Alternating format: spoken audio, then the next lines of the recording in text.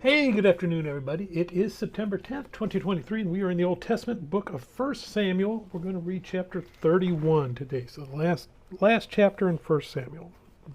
And then we get to 2 Samuel.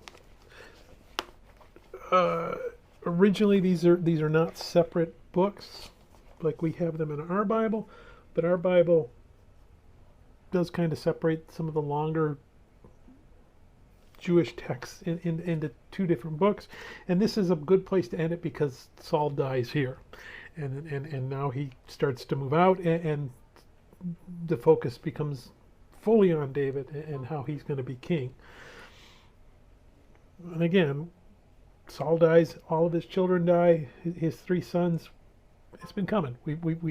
As we've read through here, it's coming. God told him several times. Every time he told him the same thing, so it's not like it came as a surprise. If Saul walked into same promise we have, we walk in obedience with God, he's on our side. We walk in disobedience, well, we're his enemy, and his enemies don't last very long. Sooner or later, they're going to get cast out. And we've gotten to the later part. So Saul dies. And we see the Philistines celebrate. They take the bodies. They do things to the bodies that are not nice. The Israelites in that area sneak in at night. They get his body and they take it away. And that's where this 1 Samuel ends. So let's go ahead and we're going to read 1 Samuel chapter 31. Now the Philistines fought against Israel. And the men of Israel fled from before the Philistines and fell slain on Mount Gilboa.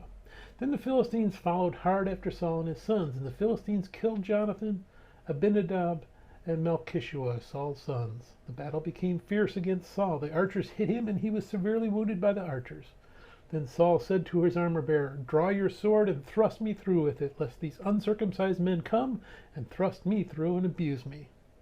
But his armor-bearer would not, for he was greatly afraid. Therefore Saul took a sword and fell on it. And when his armor-bearer saw that Saul was dead, he also fell on his sword and died with him. So Saul, his three sons, his armor-bearer, and all his men died together that same day.